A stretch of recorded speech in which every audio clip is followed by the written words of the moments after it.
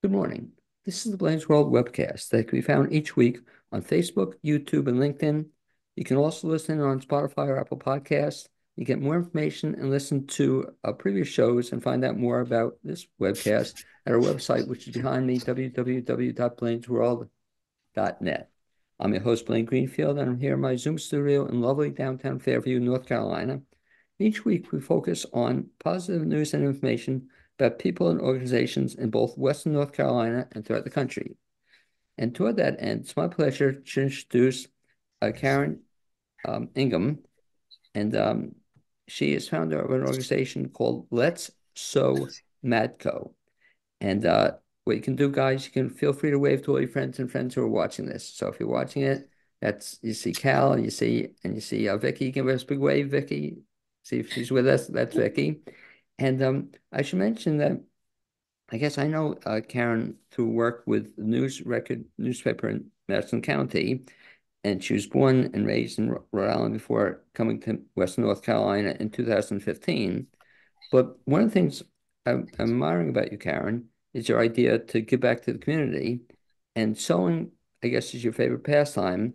So she decided to create a service projects group that makes all sorts of items for at-risk individuals in the county.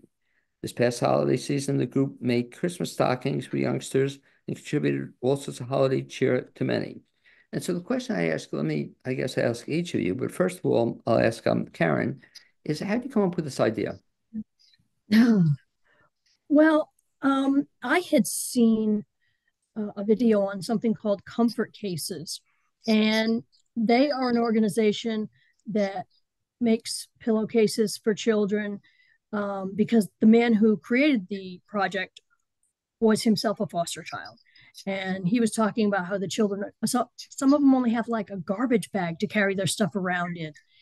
And that really got me right in the heart. And I thought to myself, what does that say to a foster child or a shelter child? You know, your garbage. So that was how we first came up with the idea of making stockings for the foster children. And now we're doing pillowcases for at need children. Now, the incredible thing you were telling me off the air is that hasn't been around for a long time, right? It's been around since when? August 30th. August 30th. And so you just had this idea to start this organization, and you just look at the numbers, pretty impressive. You already have how many people involved? About 180 people are members of the group. Not all are active members. You know, every organization has a few lurkers here and there, but we have a good core membership who show up at our location at the Anderson Rosenwald School in Mars Hill. And the Board of Education allows us to use that location the second Saturday of every month for our meetings. And it's a beautiful space. Now, the meetings, are these for people into sewing also for the most part? They are for people who like to sew, who want to learn how to sew. Um, we have people who are quilters, apparel sewers, embroiderers, a huge variety of skills, and people who don't know how to sew and just want to learn. Our last meeting, we had a woman come in, her machine was still in the box. So Vicki helped her unbox it and taught her the basics on how to sew with her machine, which was amazing. Now, ask Vicki the same question. So, Vicki, this organization has only been around for a few months. How did you find out about it, and how did you get involved in it? Well, I'm a member of another Madison County Facebook group, and Karen had put out a question. How many people might be interested in forming a group for sewing? People who want to sew, people, who know how, who want to learn.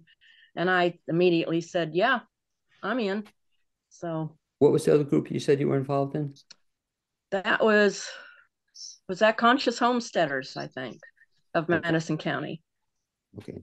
And so you decided to get involved in this particular group, and your involvement is are you a member, you're an officer, you're a chairperson? What do you do with the group? Well, I'm a member. And I guess I'm an admin for the Facebook Damn. group. I'm supposed to be helping you, but right now that's just It just kind of goes along, I think, other than you posting about events and all.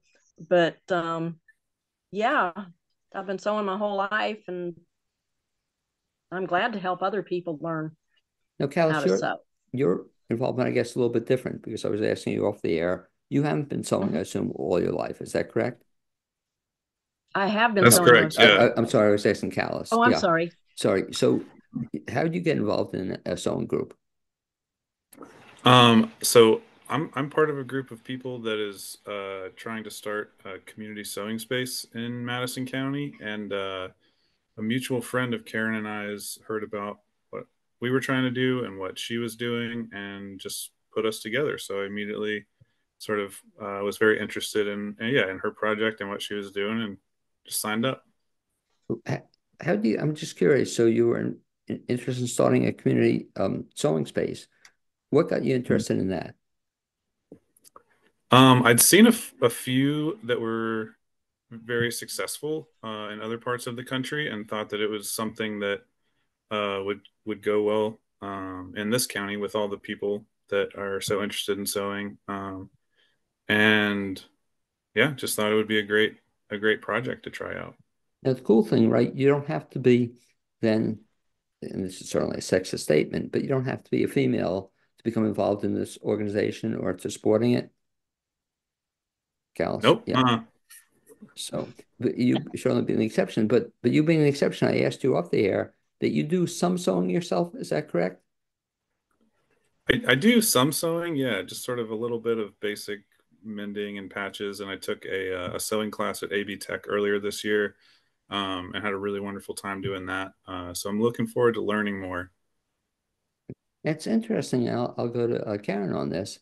It's kind of a skill that you don't hear that much about. That's why I'm so impressed. You have 180 people express an interest in this. It's not something, I guess there are a lot of sewers out there, but it's not, they don't get a lot of press, I guess, or Well, I mean, sewing isn't necessarily one of those fantasy arts. Like when people are doing spinning, it looks like they're doing some sort of magic. And, people who knit are very prolific. There's so many different types of sewing. I think that maybe that's one of the reasons that, um, when we bring them all together, it really presents as a group.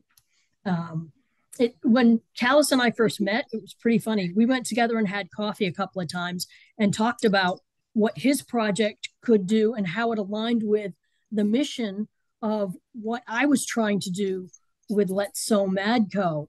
And it turns out that, the nonprofit that he's creating that will fund the open sewing space is going to be great for my members because we meet once a month at this point in time. I'd like to see it go to 2 a month and have like a weekday that we could have people as well as our weekend. That's the standard second Saturday of every month. But I think it's a great idea for Callis to have open sew space. And it's also great for the environment because they can be reusing textiles there. People can be upcycling clothing. There might be some clothing that's not really suitable for sale, but you can rip it in strips and make rag rugs. I mean, there's all sorts of possibilities between his organization and what we're doing, which is great. Now, at your meetings, so you meet once a month, however often you meet. Do people sew at those meetings, or are they just informational Absolutely. purposes? Absolutely. People were sewing stockings at our meeting. They were sewing the pillowcases this past month, and we had one woman who was hand sewing the binding on a quilt. Vicki, which was a gorgeous piece of work. And we have a couple of educational illustrations coming up too. One of our members is an upholsterer, and she is redoing a fainting couch for me that I actually got for free from a person in Weaverville. And it is quite hideous, to say the least, on that fabric. Oh, Lord. It looks like something threw up on it. It's, color threw up on it. It's gross.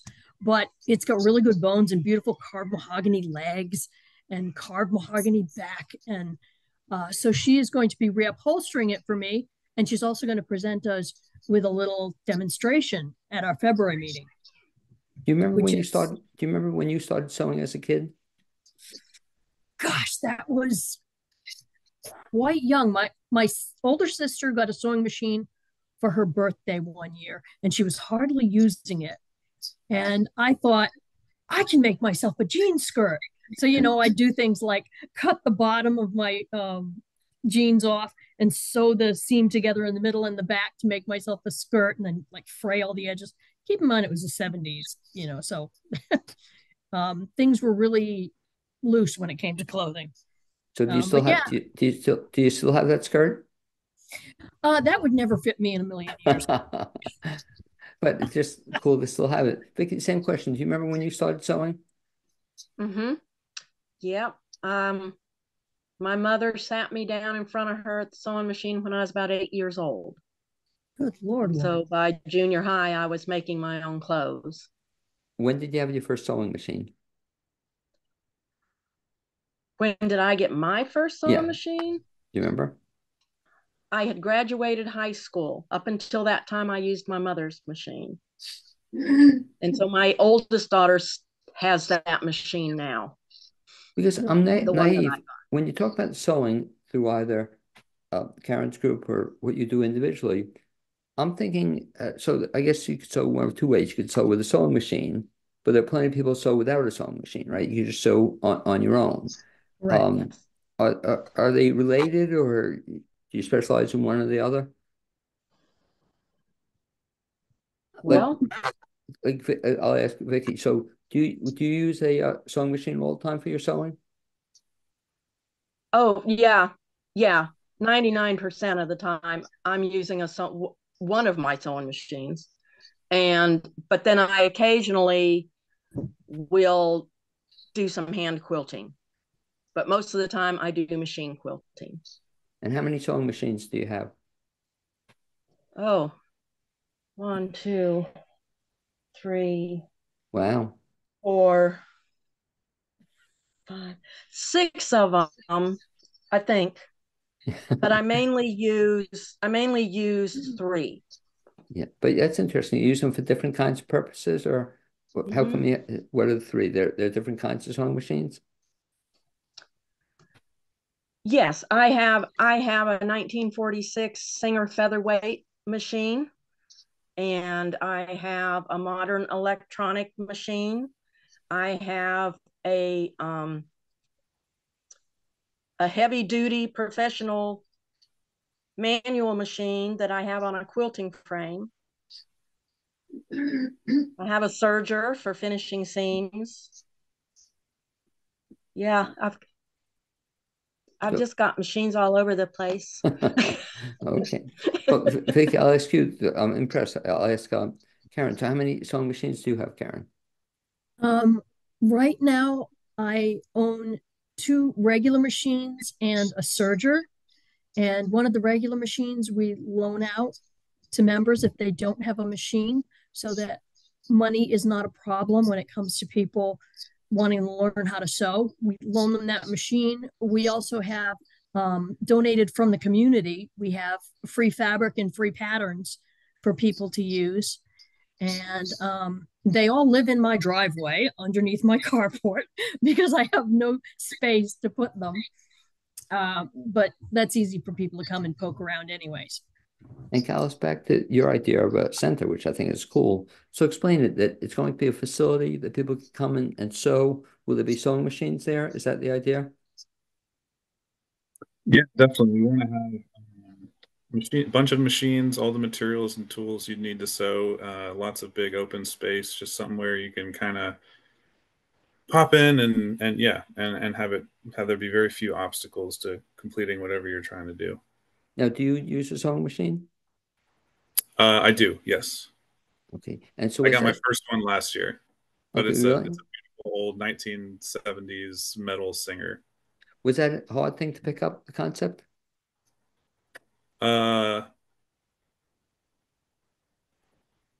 There's the parts of it are very simple, and like many things, I think once you sort of start getting into it, some things become very complicated. But when we did the AB Tech class, I found it kind of akin to baking in the sense that you have a pattern and there's sort of like a step-by-step process you do, and you have to be sort of thoughtful and specific. And if you mess one little thing up at any point, it kind of can be shown in the final product. But so I would say parts of it are very simple, but you know, you can take it to, I think, any level of mastery as far as I've sort of seen people do.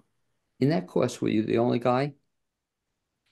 No, there was a couple. It was actually taught by a guy who's he was a dentist professionally, but an incredibly talented sewer who's teaching in his retirement. Very cool. There was a famous, name's escaping me, but there was a famous football player who became very popular. I think he was into knitting or something, but he was the first time, Karen, you know who I'm talking about? I don't know sports people, Right. but I remember seeing a photo of a man in a you know, I was going to say a suit, in a uniform, Right, right. sitting there knitting. And I was like, that is just the coolest thing. And isn't he smarter than me? Because I haven't figured out knitting yet. Right. Another skill I want to learn. But he was the first person I saw that guys could sew, you know, and be part of Really? it. And so it's so cool that, Callis, what you're doing in terms of this idea of a center. So explain the concept. So you have the idea. Are you a nonprofit yet, or are you becoming a nonprofit? Yeah, we incorporated it as a nonprofit in December, and we're trying to find a space. We've got a lead on one that hopefully will, yeah, we'll have the keys to it in March if everything goes well. But yeah, the idea is essentially just to have a space for people to take classes, lots of like open sew hours for people just to come in and use the machines, as well as sign up to use it. Yeah, we're really just interested in promoting sewing intergenerationally, as well as just personally, however people want to pursue it. And it's a naive question I'll ask Karen, or maybe I should know the answer. When you talk about sewing, I'm a little confused in terms of even some of the things you folks have mentioned. So sewing I can use with a machine, sewing I can do with the hand, but it can also, is knitting part of sewing, or is it a separate entity? Knitting, I would consider a separate entity, but it is still part of the Appalachian crafts. And one of the things that we love about this group is that it is helping to keep those Appalachian crafts alive. I mean, how many people had to hand sew their aprons and their quilts and things? So we're really thankful that it's helping to keep that part of the craft alive. Now, sewing by hand, I've heard referred to as slow stitching. So I guess that's a more well-known term. But yeah, I think it's important for people to be able to pass that on to their children. And, you know, if your kid's getting into sewing, they're probably getting into less trouble everywhere. Well, I apologize for the fighting cats noises in the background. No, I know them well. But what's sad, though, is that when I was a kid in school, and maybe Vicki was in your case as well, but sewing was taught, you know, as a subject you could actually take. And Yes. Again, it's sexist and maybe it's unfortunate, but guys supposedly would take shop and women would take sewing. But it's a shame, Vicki, they don't teach that pretty much in schools anymore, sewing. No, I don't think so. Not that I'm aware of. But what a shame, isn't it, when you think about it? It is. As a kid, did you take sewing? Did you, Yes. when you went to school, you took sewing? When in junior high, girls had sewing and we had cooking. You know, it was home economics. But I was frustrated because they wouldn't let us use patterns, and I was already using patterns. So it was a little frustrating for me. Why wouldn't they let you use patterns? I don't know. I don't know if they didn't think we were capable of it or what, but it would kind of made me mad. Well, explain, and I guess I should know this, or other people watching the show should know it. So what exactly is sewing with a pattern versus not sewing with a pattern? What's the difference? Well, there are people who can sew clothing without buying a pattern. Right. They can just cut it out and sew it. I need a pattern. Even though I studied pattern making, I still need to have a pattern. But so it can be done both ways. But you have to be really knowledgeable about fit and everything to be able to do it. Well, you need to know about fit even if you are using a pattern. Now, before Karen started this organization, what kind of sewing were you typically doing, Vicki? Or what do you ordinarily do? Mainly quilting these days. I do still sew some clothing, but most of the time I'm quilting, because I said when I retire, I'm going to make quilts. And I had been doing it a little bit, but I thought when I retire, I'm going to have time. So I joined the Quilt Guild in Burnsville. And that's how I got involved in being the coordinator for the guild for Project Linus quilts. And for the benefit of folks who don't know what that is, and I did show once years ago on that project, what is it exactly, the Project Linus? It's a national organization. It was begun in 1995. There are 300 chapters or so across the country, and there's about 80,000 people participating, making quilts for children in crisis. So my part in the Quilt Guild is we will make up kits of fabric with a pattern, and members can take a kit if they want and make the quilt. And when it's completed, they give it back to us, and then we distribute it. I report to the WNC chapter of Project Linus, but during the pandemic, the guild members decided that we really would like to, instead of the quilts we made going into the chapter to be distributed all over the western part of the state, we wanted the quilts to go to children in Yancey, Madison, and Mitchell counties, which are the counties that most of our guild members live in. Now, one of the things I think, Karen, you do, which I'm impressed with, or your organization does, is so you're not, I guess, per se making quilts, but you're making other stuff. Is that correct? Yes, we're trying to do one community service project a quarter. So last year, our community service project for the fourth quarter was making Christmas stockings. And then one of our members, Hillary, went ahead and got a bunch of donated items, and we filled the stockings and then delivered them to all the foster children in Madison County, to some of the seniors at Madison Health and Rehab who had no family members for Christmas gifts, to Salvation Army. We tried to spread it around as best we could. This quarter, we're making the pillowcases, and I'm looking into the different organizations now that we're going to be donating pillowcases to. And on the socks, ballpark, do you remember how many you eventually gave out, approximately? We had, I think we had more than 50 stockings stuffed, and there were 28 that went to the, 25 went to the foster children. But we did a lot more donations of toys to other organizations, and word puzzle books and stuff to some of the senior places. So we tried to spread it around Madison County.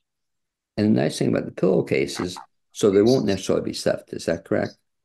So they won't. We have had Hillary actually asked me if we wanted to stuff the pillowcases, and I was like, look, let me find out and determine who they're going to first, because you don't want to be stuffing them with toys if they're going to a senior center, right. or you've got to be careful what you give to a child in a shelter, because they don't necessarily have a lot of room to keep their things.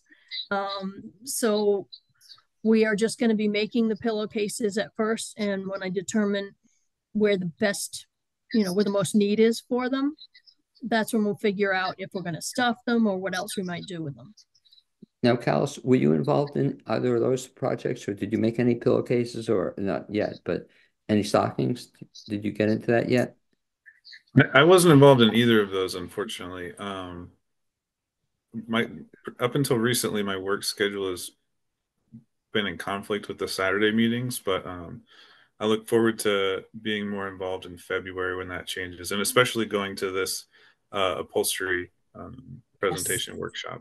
Really looking forward to that. Now, when you get the nonprofit, it gets off the ground officially, but when you get more involved, will there be also, like Karen's doing, which I think is a cool thing, what Vicki is doing as well, will there be a community service component too? Will there be, will people all work to do something for the community? Do you see it? Yeah, I think we have lots of ideas as far as programming that feel community service oriented. Primarily, one thing we're really excited about is trying to get kids involved as much as we can, teaching them how to sew. And that would involve not only, yeah, like I said, having all the materials and things ready for them, but also just essentially having like free classes, anything to really kind of like get them in the door and picking up those skills. But no, I mean, I think we're really excited also just to have this sort of platform open for people that have interest and ideas. Yeah, and are pretty open to whatever things people come up with. Even as a kid, the same thing Vicki and I were talking about. Did you, as a kid, did you take a shop class, or did you ever take a home ec class, or did you ever learn any of these skills? No, I mean, I did a little bit of sewing with my mom when I was a kid on her machine that she had since she was a kid, but that was really just a couple patches here and there. And I know I was never involved with a school that had either of those things. I think unfortunately both of those home ec and shop are like by and large phased out in most curriculums these days. It's a shame as you're talking, I never picked up these skills. Nobody ever taught me how to even put a patch together. It's a shame, but it's useful skill for both men and women. It's a shame that guys don't learn this, how to patch something, it's just never learned it. And it's a shame, but I'm curious, Vicki, do you see in terms of different stuff you do you see an interest from guys in picking up some of these skills? Like the Project Linus. My Are there any guys with Project Linus? No, well, I mean, not we have no. Okay, let me backtrack. There are a couple of men, older men, who are members of our guild, and they make beautiful quilts. Um, but we need some younger members, and we need some guys. I mean, yeah, we're open to anybody, but a lot of that, I think, with younger people is they're so busy working, they're so busy raising families that it's hard to find the time to get involved in an organization like that. I think that's just a reality. But I have a grandson who wanted to learn how to sew a few years ago. So I sat him down at the machine and I taught him. But then I think somebody might have ribbed him a little bit about it and he lost all interest. But I think he'll come back to it. What a shame. Are you seeing also same thing too, Karen, on your end? Are you saying in terms of, I mean, to get 180 people to sign up is a pretty impressive number. What percentage of these are guys? I don't know if I can do it in a percentage, but we do have some male members. One man had said he puts patches on his clothes and he actually hand sewed the patches themselves to put it on the clothing. Then we have another person who is an artist and he's very into sewing different things. It's just a very creative process for him. So I'm excited. I mean, I think the more men we get, it's great. I want to get more younger children in. We just had a request from, I don't know if you know Craig Goforth, but he came in last Saturday, our last meeting, and he asked if we could replace a zipper in one of his coats. It's his favorite Mars Hill University jacket. So I've ordered a zipper from online and we're waiting for it to come in so we can try that project for him. And he also mentioned that there's an 11-year-old girl that would like to come to one of our lessons, and her mother was concerned that that might be too young. And I said, no, that's a great age. I prefer if their parent comes with them. I am not a babysitter. I would probably be a terrible babysitter. But an 11-year-old child is the perfect time to learn. When I took sewing classes in Rhode Island, there was an 11-year-old girl there who could sew circles around me. She'd been sewing since 7. She was working on a raincoat, for crying out loud. But let me ask you this question. I'll ask all three of you. Maybe I'll start off with Vicki. But in terms of, is there an ideal age for somebody to pick up sewing? You know, is it earlier the better, or is it better to teach certain ages to teach people sewing? Yeah, I'd say whenever they show an interest. I mean, before my mother sat me down to a machine, she'd give me scraps of fabric, and my cousins and I would sit and we'd cut 2 holes in a rectangle of fabric and put our doll's arms through those 2 holes, and we had a dress, you know. So I mean, we were interested, so we were able to do that. But I know that there are young children who learn how to sew by hand, and that used to be a very common thing. What makes somebody 5-year-olds? What makes somebody a good sewer?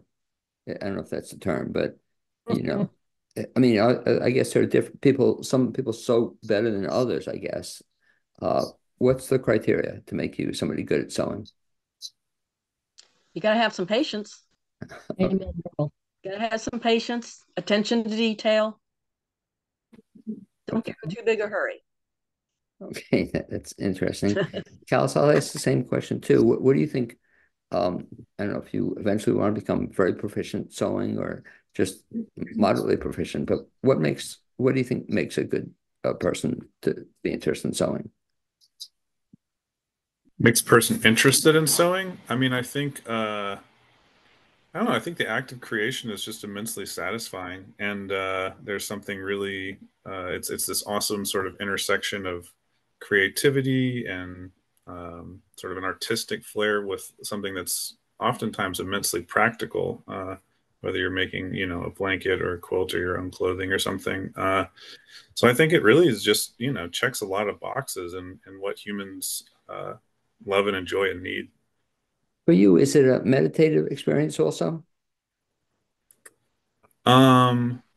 There's meditative qualities to it. I think when you're sort of in a rhythm with it, it can be very calming and soothing. Also, when you mess up, it can be very frustrating, and it's a lesson and like they were saying, you know, patience. Definitely plenty of those, but yeah, I think oftentimes it's pretty calming and enjoyable. Yeah. One of the good things, I guess, maybe that I never really took up sewing per se, or didn't at all, is that was always a good reason for me to get new clothing or new something. You know, that the criteria when I had I need a patch. This, I don't know if this one has it, but if I needed a patch, it was time to get rid of, you know, something. Or especially in my household, if a sock gets a hole in it, that's when it goes. You know, and that's time to not sew or not to do it. But so patches, I guess, you know, are one criteria that sewing is needed. If people still put patches on stuff, you know, Yes. Okay. You know, but like I said, I never did because it was just when the hole would come in the sock or the underwear, that was time to, you know, it would go after you left after 5 years or whatever. But Karen, back to the organization. So incredible numbers. If people want to get more information about the organization, how do they go about getting it? Well, they can go to our Facebook page, Let's Sew MadCo. They can contact me either by email, which is my first initial, my last name, 321@gmail.com. And that's probably the best ways to get a hold of me. Okay. And when you go back to the Let's Sew MadCo, is there a apostrophe in that, or how do you spell that? It's LET''S SEW, capital MAD, capital CO. Okay, and with so you have exclamation point. Oh, exclamation point too. And you have a Facebook page as well, right? Yes. But I like what you said, in case they're not on Facebook or they don't find you there, they could also contact you by email if you repeat that information. It's first initial K, last name Ingraham, INGRAHAM 321 at gmail.com. Okay. And that's Callis, the same kinds of questions. So Callis, if anybody would want to get in touch with you, especially as this organization is just forming, how do they find out about it? What's the best bet? We haven't done much public outreach yet, so I would say, I mean, if you're really interested, you're welcome to shoot us an email.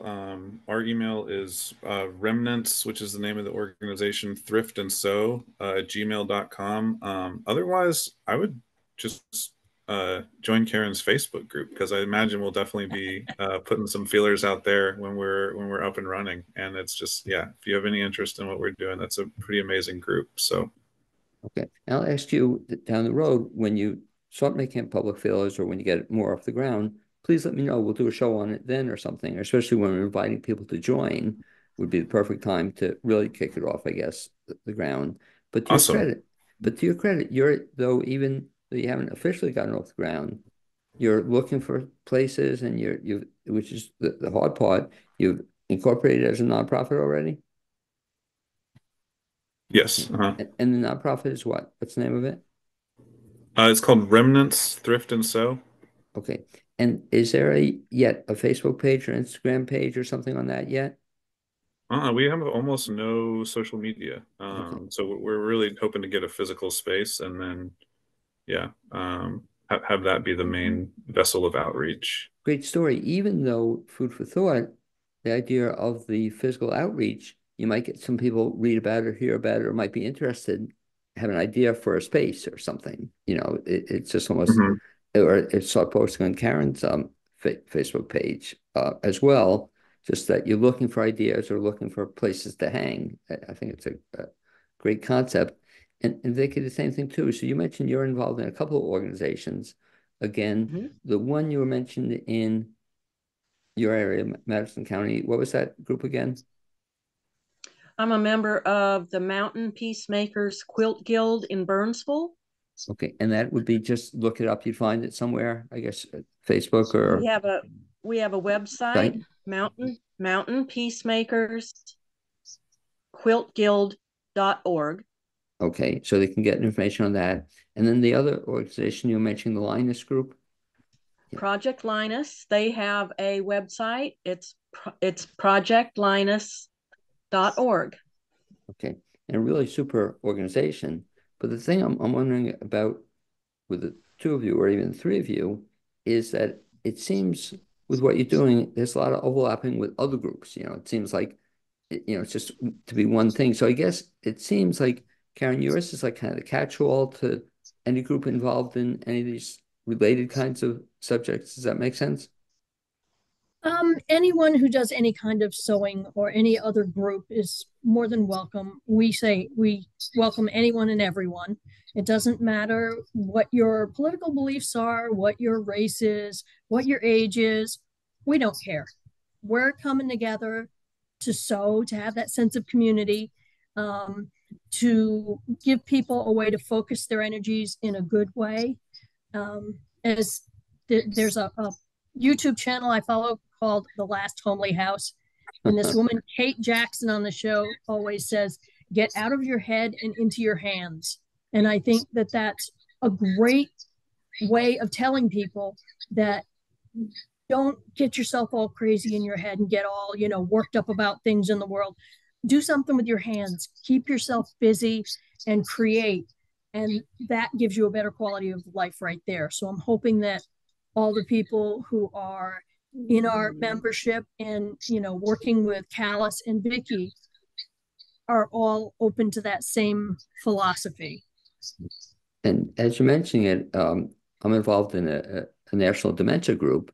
Everything I've read about dementia too is that people, if they do keep involved, or they do keep working, it's going to help. It's just, I guess, sewing, you have to be pretty aware of what you're doing too, to be sewing. It would seem to be a good activity for the mind to keep you occupied. I think so. What do you see yourself? Good therapy.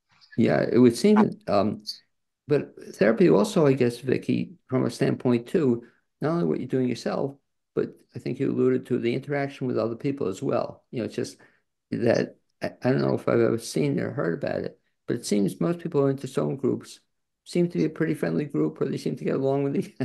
Would you say that's true? That they, I mean, I don't know if I guess it's politics and anything, but do people for the most part when they sew, they're on the same wavelength?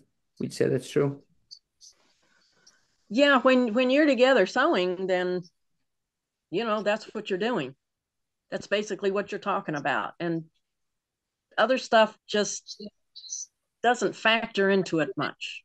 It That's seems my experience. it seems it's also a very helping community that if you're sewing, you're also helping other people and they're helping you. Is that happen a lot? Which is kind of nice. Yeah, that's why I joined the guild, was so that I could get involved in making donation quilts. Yeah, lovely activity. And Callis, same, I'll ask you this question. So if we do a show a year from now, and hopefully we will, what do you see yourself doing, or what do you see this organization you're starting? Where do you see that being? Well, existing in a physical space is a great first step for us. And then we have sort of like a broad vision of how we want programming to look, and how that will sort of like unfold. I think potentially in a year, if we're operating and people are using the space, and it's having, either learning sewing or just having some form of community being generated, then I think that's definitely like a marker of success. It would seem it. And same question I'll ask you, Karen, in terms of, I don't know, even numbers. I mean, to get the numbers you have already in such a short period of time, it's just incredible. Do you have a goal? Do you want to eventually get 500 people involved, 1,000 people involved? To me, it's not the number of people, it's the people coming together to build that sense of community, to share that the love of creating, and to teach their family members. I mean, it's great that we have 180 members, but anybody who has a Facebook group knows it's not just numbers, it's what the people are doing in your group. And I think we've got some pretty great people in our group. Okay. And then again, just one more time to recap, if folks want to find out about Let's Sew MadCo, I love that name, Let's Sew MadCo. Best bet is to go to the Facebook page to find that Yes, sir. information. Okay. Facebook page is good. And if they did, they would also find out a little bit about what Callis or Vicki is doing, or what they've talked about. They're more than welcome to post a little thing on the page about what their projects are. That would be great. And that way people can find more information on their projects as well. Because it would just seem it's a great, what you've set up is almost a great clearinghouse for people in Madison County interested in sewing activities, so. Absolutely. I just want to thank you. And what's really impressive is that, you also got both Callis and Vicki, people with different backgrounds, different interests, but you bring them together. So thank you. It's just a really super job you've done. So anyway, I'd like to thank all three of you for being my guests on this Blaine's World webcast. Congratulations to Vicki. We got you through the process, for the first time. You did great. And Callis, thank you as well. And like I said, I look forward to hearing more about what you're doing in the future. Keep up the good work, and feel free to keep me informed. I think you have my email somewhere, and especially if you want to do a show or a specific activity you want to promote or help somebody else promote, let me know, and I'll be glad to help you out if I can. So thanks, guys. Appreciate you being with me. Yeah, thank you so much. Okay, and it looks like bye.